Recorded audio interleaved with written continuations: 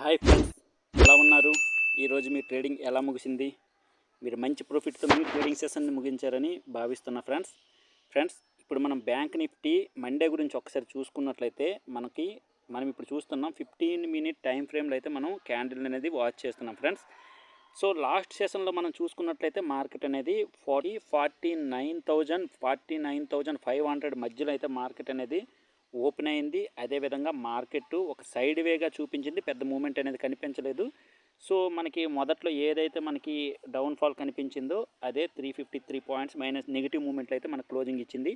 So ఇది base చేసుకుని మనం బ్యాంక్ నిఫ్టీలో చూసుకున్నట్లయితే మనం last 1 week support resistance levels గుర్తించుకున్నట్లయితే మనకి ఇక్కడ ఏదైతే మనం లాస్ట్ చూసుకున్నామో 47,839 ఇది మనకి మంచి సపోర్ట్ లెవెల్ ఫ్రెండ్స్. ఇది మనకి డైలీ బేసిస్లో చూసుకున్నా సరే చాలా వరకు ఇక్కడ మనకి లాస్ట్ ఫ్యూ డేస్లో అయితే మనకి ఇక్కడ సపోర్ట్ తీసుకోవడం అయితే జరిగింది.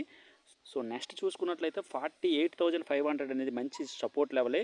ఇక్కడ మనం చూసుకున్నట్లయితే ఫ్రెండ్స్ ఇక్కడ నుంచి మార్కెట్ రివర్సల్ అయ్యే అవకాశం చాలా ఎక్కువగా ఉంది. ఎందుకంటే ఇక్కడ మనకి call side 1.9 lakh, put side 9.8 lakh, అంటే డిఫరెంట్ చాలా వరకు ఉంది. కనుక ఇక్కడ మనకి పుట్ రేటింగ్ అయితే క్లియర్గా కనిపిస్తుంది ఫ్రెండ్స్ మనకి చాలా వరకు.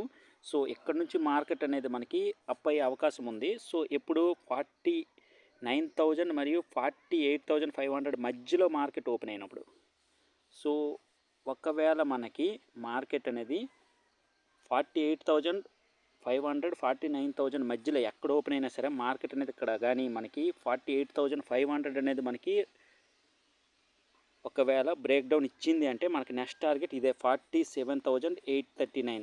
సో మనం ఇక్కడ వరకు ప్లాన్ చేయొచ్చు ఈ 500 పాయింట్స్ వరకు. సో ఇక్కడ స్టాప్ లాస్ చూసుకున్నట్లయితే మనకి 48,673. సో ఫిబొనాచి అనేది మనం యూజ్ చేసాం ఫ్రెండ్స్. ఫిబొనాచి యూజ్ చేసి మనం చెప్పడం అయితే జరుగుతుంది. సో అదేవిధంగా ఒకవేళ మార్కెట్ అనేది 48,500 49,000 మధ్యలో ఓపెన్ అయినట్లయి ఇది బ్రేక్ అవుట్ ఇచ్చినట్లయితే మనం డెఫినెట్లీ 49,500 సైడ్ అయితే మనకి వెళ్ళొచ్చు. ప్రాపర్ బ్రేక్అవుట్ అనేది కావాలి. సో ఈ విధంగా ఫేక్ బ్రేక్అవుట్ లేకుండా ప్రాపర్ బ్రేక్అవుట్ అనేది చాలా అవసరం.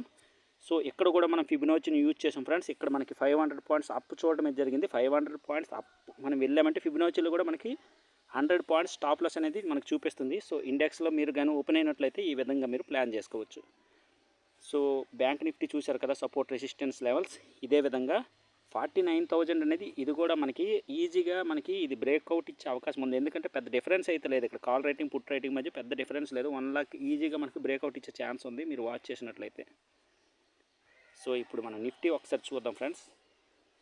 సో ఫ్రెండ్స్ నిఫ్టీ చూసుకున్నట్లయితే మనకి 21 ఇదే విధంగా 22,900 అనేది మనం ఆల్రెడీ మొదటే ప్లాన్ చేసుకున్నాం. మన ఫ్రీ టెలిగ్రామ్ ఛానల్లో కూడా మనం వివరించడం అయితే జరిగింది. ఇది బ్రేక్ డౌన్ ఇవ్వగానే మన ఫ్రీ టెలిగ్రామ్ ఛానల్లో ఒక కాల్ అనేది మనం అప్డేట్ చేయడం అయితే జరిగింది.